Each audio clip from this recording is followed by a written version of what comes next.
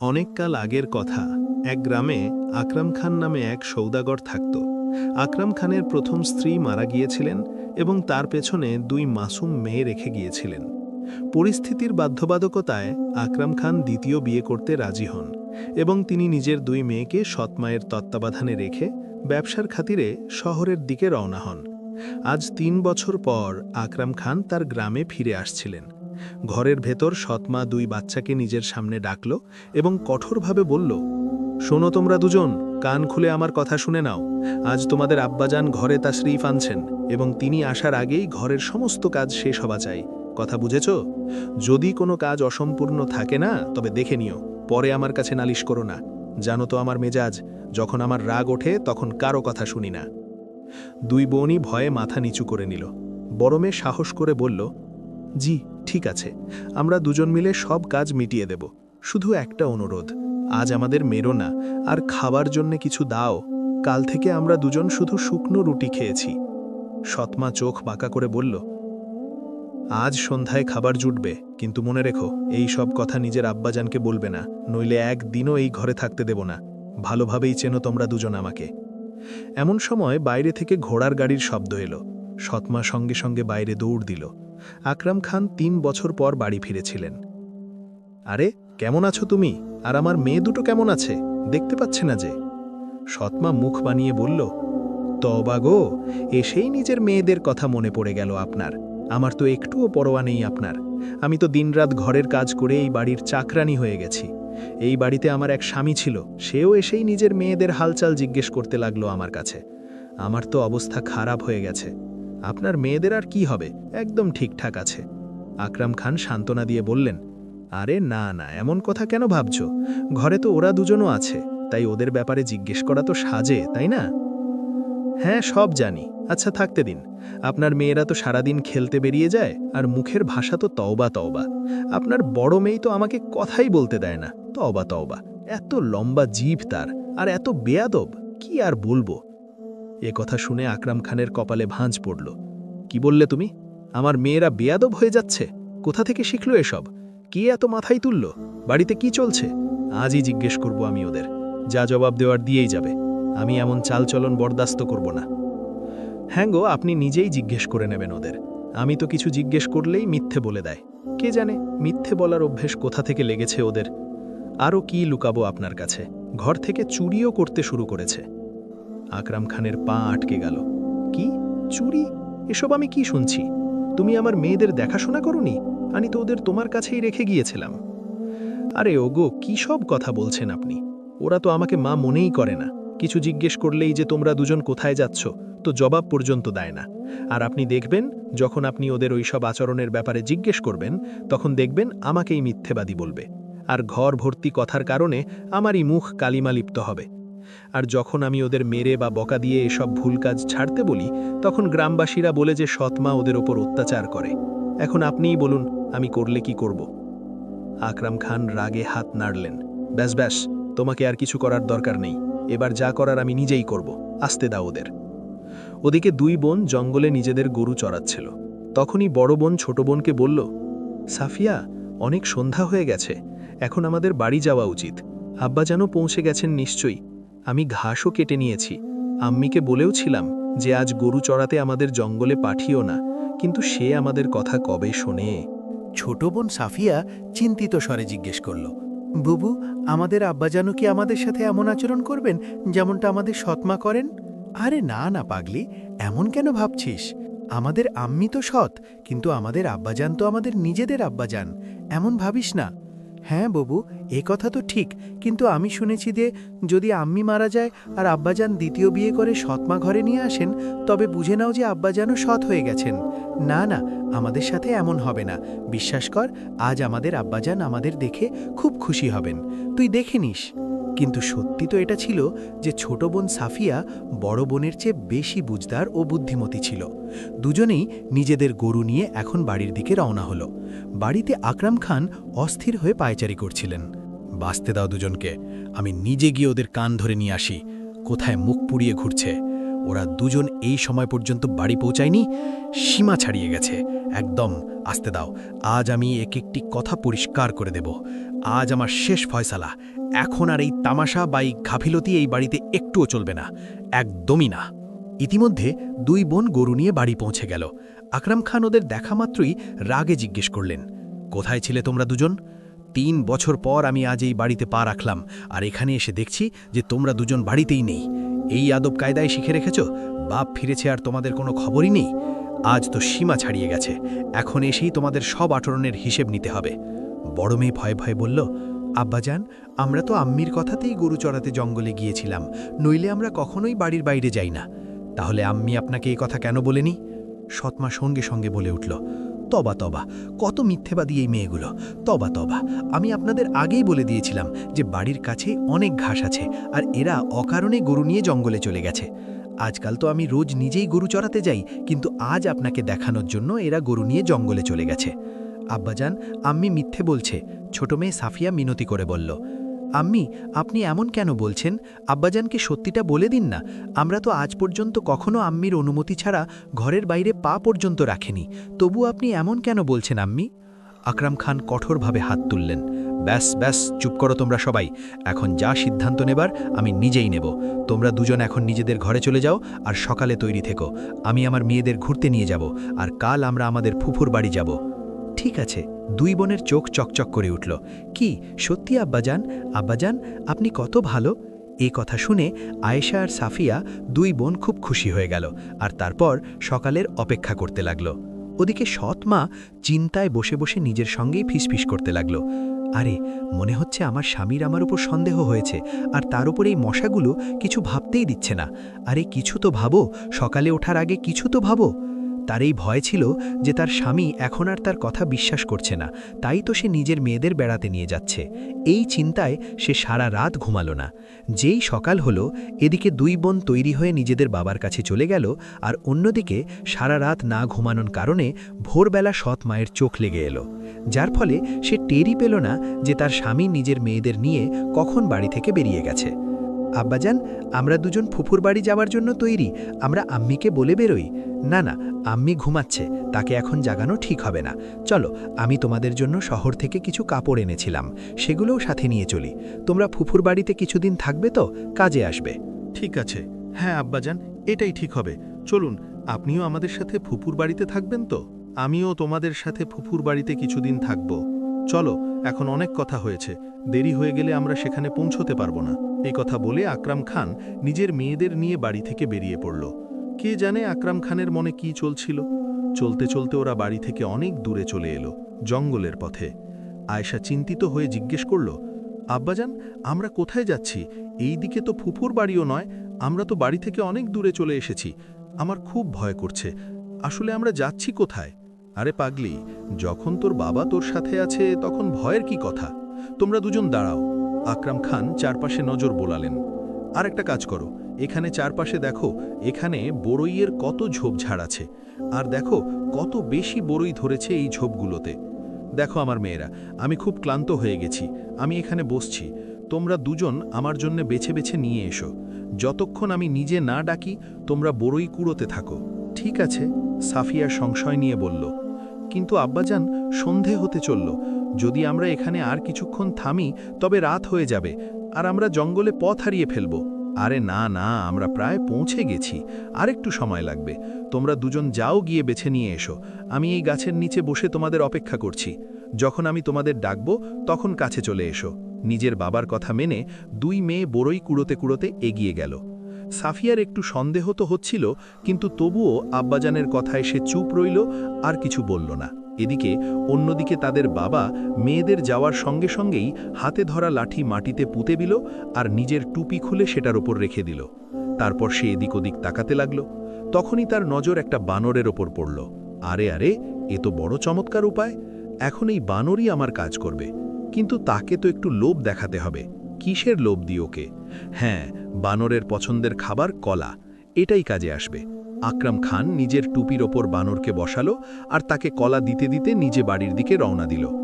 বানর একটা করে কলা খাচ্ছিল আর আওয়াজ দিচ্ছিল, কুড়াও মেয়েরা, বাপ দাঁড়িয়ে আছে, কুড়াও মেয়েরা, বাপ দাঁড়িয়ে আছে। আয়েশা বলল, দেখো সাফিয়া, আব্বাজানের আওয়াজ আসছে। উনি আমাদের আরও বড়ই কুড়াতে বলছেন। চলো, যতক্ষণ আব্বাজান বলছেন আমরা ততক্ষণ কুড়োতে থাকি। দুই বোন অনেকক্ষণ ধরে বড়ই কুড়োতে থাকল, আর এদিকে বানরও আওয়াজ দিতে থাকল। যখন বানর শেষ কলাটা খেয়ে ফেলল, তখন একটা কলা নিচে পড়ে গেল। বানর একদম চুপ হয়ে গেল। এখন মেয়েরা খেয়াল করল যে আব্বাজানের গলার আওয়াজ আসা বন্ধ হয়ে গেছে। শোনো সাকিয়া, আব্বাজানের আওয়াজ আসা বন্ধ হয়ে গেছে। মনে হয় উনি আমাদের ফিরে ডাকতে চাইছেন। চলো এবার যাই আব্বাজানের কাছে, অনেক দেরি হয়ে গেছে। হ্যাঁ, অনেক দেরি হয়ে গেছে, এখন তো রাত হতে চলল। চলো চলো ফিরে যাই। দুই বোন দৌড়াতে দৌড়াতে সেই জায়গায় পৌঁছালো যেখানে গাছের নিচে তাদের বাবা বিশ্রাম করছিলেন। সেখানে গিয়ে তারা তাদের বাবার জায়গায় একটা বানরকে বসে থাকতে দেখল। বানরকে কথা বলতে দেখে ওরা পুরো ব্যাপারটা বুঝে গেল। কুড়াও মেয়েরা, বাপ দাঁড়িয়ে আছে। সাফিয়ার চোখে জল চলে এলো। আয়েশা আপা, তুমি সত্যি বলতে, আমাদের আব্বাজান আমাদের এত দূরে জঙ্গলে শুধু ফেলে আসতে এসেছিলেন, আর উনি আমাদের ছেড়ে চলে গেছেন। এখন আমরা এই জঙ্গলে কি করব, কোথায় যাব? আয়েশা সাহস সঞ্চয় করে বলল, সাফিয়া, আমার তো আগে থেকেই সন্দেহ ছিল, কিন্তু এখন আর কেঁদিস না। কেঁদে তো আমরা এই জঙ্গল থেকে বেরোতে পারবো না। এখন আমাদের নিজেদের সাহায্য নিজেদেরই করতে হবে। চলো এখান থেকে আজ রাত কাটানোর কোনো ঠিকানা খুঁজি। কোনো রাজপুত্র তো আর আসবে না আমাদের মহলে নিয়ে যাওয়ার জন্যে। এবার চলো নিজেরাই কিছু খুঁজি। দুই বোন হাঁটতে হাঁটতে একটা কুঁড়ে ঘরের কাছে পৌঁছালো, যা দেখে ওরা দুজনেই অবাক হয়ে গেল। আরে সাফিয়া, এখানে উনুনও আছে। মনে হয় এখানে কেউ থাকে। ভেতরে গিয়ে দেখে নি, কি বলিস? সাফিয়া ভয়ে বলল, আরে এভাবেই ভেতরে যাওয়া ঠিক নয়। এমন না হয় যে অন্য কোনো বিপদে পড়ে যাই। আমার তো খুব ভয় করছে। কিন্তু সত্যি কি আমরা এই ঘন জঙ্গলে সারা রাত বাইরে কাটাবো সাফিয়া? আমার তো খুব ভয় করছে। চলো না, ভেতরে গিয়ে দেখে নি, হয়তো থাকার জন্য আমরা কোনো ছোটোখাটো ছাদ পেয়ে যাব। কে জানে, আমাদের জন্য কোনো রাস্তাও বেরিয়ে আসতে পারে। যদি আমরা থাকার জন্য কিছু না পাই, তবে এই জঙ্গলের ভয়ঙ্কর জানোয়ার আমাদের ছিঁড়ে খেয়েও ফেলতে পারে। সাফিয়া সাহস করে বলল, আপা ঠিকই বলছো, ভয় তো খুব লাগছে, কিন্তু একটুখানি ঝুঁকি তো নিতেই হবে, নইলে আমরা সারা রাত এই অন্ধকার জঙ্গলেই ঘুরতে থাকব। চলো আপা, সাহস করে গিয়ে দেখেই নি, হয়তো ভেতরে আমরা কোনো আশ্রয় পেয়ে যাব। এই কথা বলে দুই বোন সাহস করে ভেতরে চলে গেল। সেখানে পৌঁছে ওরা দেখল যে কুঁড়ে ঘরের ভেতরে কেউ নেই।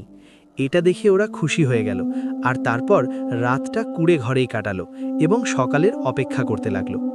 এভাবেই সময় কাটতে লাগলো। দুই বোন জঙ্গল থেকে ফল খেত এবং সেই ফল নিয়ে বাজারে যেত, আর বেঁচে যাওয়া উপার্জনে নিজেদের প্রয়োজনের জিনিস কিনে আনত এবং রাত হতেই নিজেদের কুঁড়ে ঘরে ফিরে আসত। তাদের জীবন এভাবেই চলতে থাকলো, আর দেখতে দেখতে কয়েক বছর কেটে গেল। এখন দুই মেয়েই যুবতী হয়ে গিয়েছিল এবং দেখতে এত সুন্দরী ছিল যে যেই তাদের দেখত সে তাকিয়েই থাকত। একদিন সাফিয়া বলল, আপা, আজ আমি জঙ্গলের একটু গভীরে যাচ্ছি, কিছু তাজা ফল আনবো, যাতে বাজারে ভালো দাম পাওয়া যায়। আমার আসা পর্যন্ত তুমি রান্না করে রেখো, ঠিক আছে না আপা? কিন্তু সাফিয়া, আমাকেও আজ বাজারে যেতে হতো, আর ফেরার পথে বাড়ির রেশনও আনতে হতো। আমি কালই কিছু ফল পেড়ে নিয়েছিলাম, সেগুলো নষ্ট হয়ে যাবে। আজ বাজারে যাওয়া জরুরি। সাফিয়ার চোখে দুশ্চিন্তা দেখা দিল। আপা, আমি মাঝে মধ্যে একটা কথা ভাবি, আমার তো তুমি ছাড়া কেউ নেই। যখন আমি বাড়ি আসি আর তুমি ঘরে থাকো না, তখন আমি খুব ভয় পেয়ে যাই। আমি ঘরের চারদিকে তোমাকে খুঁজতে শুরু করি। আমি তোমাকে হারাতে খুব ভয় পাই। আয়েশা আদর করে বলল, আরে এমন কেন ভাবিস? আমারও তো তুই ছাড়া কেউ নেই। আমি তোকে ছেড়ে কোথায় যাব বলতো? আর যদি কখনো কোথাও দূরে যেতেও হয়, তবে তোকে বলেই যাব, কথা দিলাম। আয়েশা ভাবতে ভাবতে আরও বলল, আর যদি কখনো বলতে না পারি আর কোথাও চলে যাই, তো তারপর এমন কখনো হবে না, কিন্তু যদি কখনো এমন হয়ে যায়, তবে আমি কোনো নিশানা রেখে যাব তোর জন্য। কিন্তু নিশানা কি রাখবো? এমন কোনো নিশানা যা আমাকে তোর কাছে পৌঁছে দিতে পারে, এমন কিছু ভাবতো একটু। আয়েশা বলল, যাকগে, এ নিয়ে পরে কখনো কথা বলবো। ঠিক আছে, এখন আমার অনেক দেরি হয়ে যাচ্ছে, আমি বাজারে যাচ্ছি, তুই আগামীকালের জন্য ফল পেড়ে নিয়ে আয়। ঠিক আছে। এ কথা বলে আয়েশা বাজারের দিকে বেরিয়ে পড়ল, আর সাফিয়া ঘরের কাজকর্মে লেগে গেল। আয়েশা এত সুন্দরী ছিল যে যখন সে বাজারে যেত, তখন রাস্তায় একটা চাদর দিয়ে নিজের মুখ ঢেকে নিত, যাতে তার ওপর কারো নজর না পড়ে। ঘটনাক্রমে এই রাজ্যের বাদশাহ জঙ্গলে শিকারের জন্য বেরিয়েছিলেন। বাদশাহ সকাল থেকে সন্ধে পর্যন্ত শিকারের খোঁজে জঙ্গলে ঘুরছিলেন। তখনই বাদশার নজর একটা খরগোশের ওপর পড়ল। উজির মশাই, সকাল থেকে শিকারের জন্য বেরিয়েছি, খিদে তো প্রাণ বেরিয়ে যাচ্ছে। এই শিকার হাতছাড়া হওয়া উচিত নয়, আমি আপনাকে বলে দিচ্ছি। জি জি হুজুর, নিশ্চিন্ত থাকুন, আমি আজ এই খরগোশের শিকার করেই ছাড়ব, আপনি শুধু দেখতে থাকুন। এই কথা বলে উজির তীর চালানো শুরু করে দিল, আর তারপর বহুবার চেষ্টা করার পর অবশেষে একটা তীর গিয়ে খরগোশের গায়ে লাগলই। বাহ উজির মশাই, বাহ! আপনি তো কামাল করে দিলেন। অবশেষে আপনি এই খরগোশের শিকার করেই ফেললেন। এখন তাড়াতাড়ি যান, এটাকে তুলে নিয়ে আসুন আর এটাকে রান্না করার ব্যবস্থা করুন যত তাড়াতাড়ি সম্ভব। আমি এখানেই এই গাছের নিচে আপনার অপেক্ষা করছি। জি জি হুজুর, যা হুকুম আপনার, আমি এক্ষুনি এটা রান্না করার ব্যবস্থা করছি।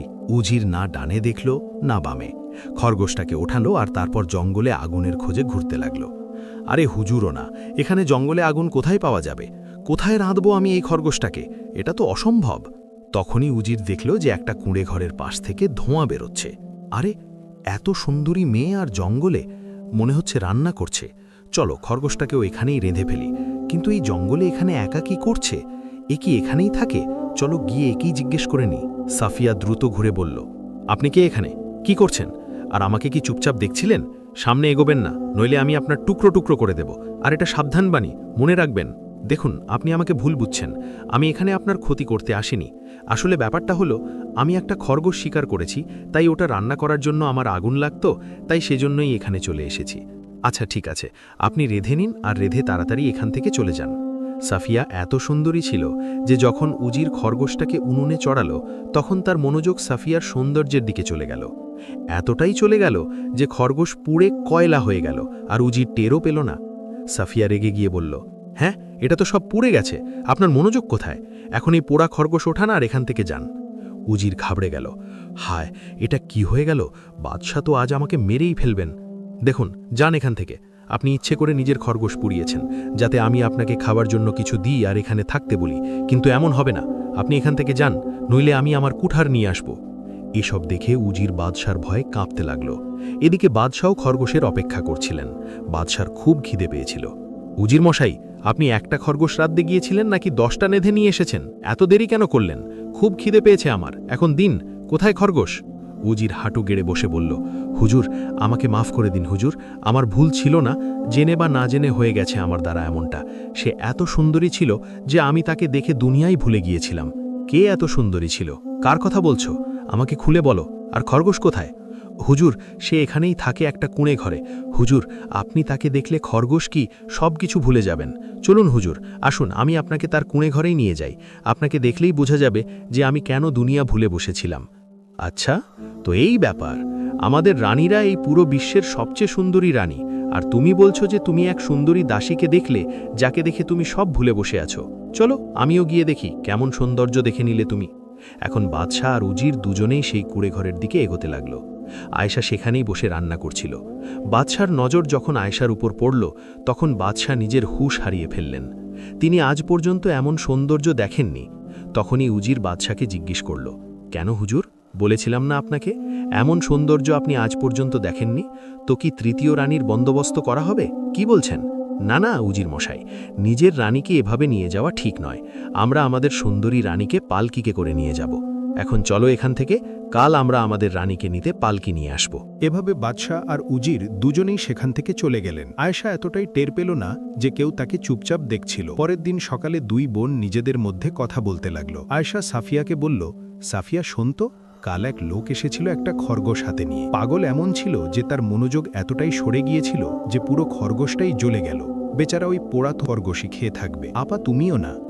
আচ্ছা শোনো আপা, আমি আজ জঙ্গলে যাচ্ছি ফল পাড়তে, সন্ধে নাগাদ চলে আসব। কুড়ে ঘরের দরজা ভালো করে বন্ধ রেখো, ঠিক আছে? যেই আসুক দরজা খুলবে না। এ কথা বলে সাফিয়া সেখান থেকে চলে গেল। সাফিয়া চলে যাওয়ার পর এখন আয়েশা ঘরে একা ছিল। তখনই আয়েশা ঘোড়ার পায়ের আওয়াজ শুনতে পেল। দেখার জন্য আয়েশা কুড়ে ঘর থেকে বাইরে এলো। তখন আয়েশা যা দেখল তা দেখে অবাক হয়ে গেল। আয়েশার বরাত তার দরজা পর্যন্ত চলে এসেছিল। এটা দেখে আয়েশা সব বুঝে গেল। তখনই উজির তার কাছে এলো আর বলল, আমি রাজগড় এর বাদশাহ আসাদ খানের উজির। আমাদের সালতানাতের বাদশাহ আপনাকে বিয়ে করতে চান। আপনি কি এই বিয়ে কবুল করছেন? আয়েশা যখন এটা শুনল তখন তার বিশ্বাসই হলো না, যাকে তার বাবা আবর্জনা মনে করে জঙ্গলে ফেলে দিয়েছিল সেই মেয়ের বিয়ে বাদশার সাথে হতে চলেছে। এই ভেবে আয়েশার চোখ ভরে এলো এবং সে সময় নষ্ট না করে সঙ্গে সঙ্গে হ্যাঁ করে দিল। আমার এই বিয়ে মঞ্জুর আছে, আমি এক্ষুনি ভেতর থেকে আমার পুটলি নিয়ে আসছি। নিশানা। আয়েশা কুড়ে ঘরের ভেতরে গেল আর তারপর হাত ভরে সর্ষের দানা তুলে আনলো আর যেমন যেমন রাস্তা দিয়ে চলতে থাকলো দানা পড়তে থাকলো। এখন আয়েশা এই কুড়ে ঘর থেকে চলে গিয়েছিল। কিছুক্ষণ পর সাফিয়াও সেখানে চলে এলো, কিন্তু যখন সাফিয়া কুড়ে ঘরে ঢুকলো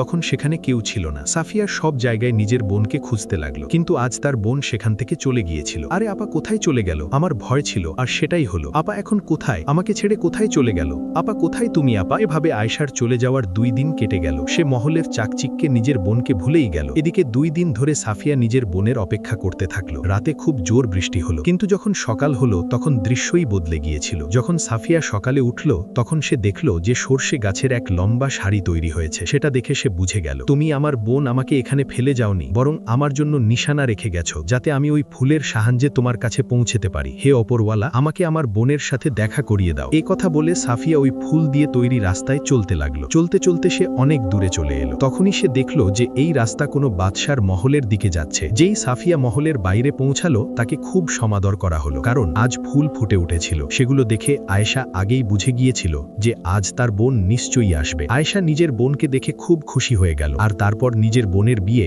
উজিরের সাথে করিয়ে দিল। তারপর 2 বোন খুশি মনে মহলে থাকতে লাগলো। যে বোনদের আবর্জনা মনে করে জঙ্গলে ফেলে দেওয়া হয়েছিল সেই 2 বোনই এখন মহলে থাকে। যদি আপনাদের আমাদের এই গল্প ভালো লেগে থাকে তবে ভিডিওটি লাইক করুন, শেয়ার করুন এবং কমেন্ট বক্সে আপনার মূল্যবান মতামত অবশ্যই জানান।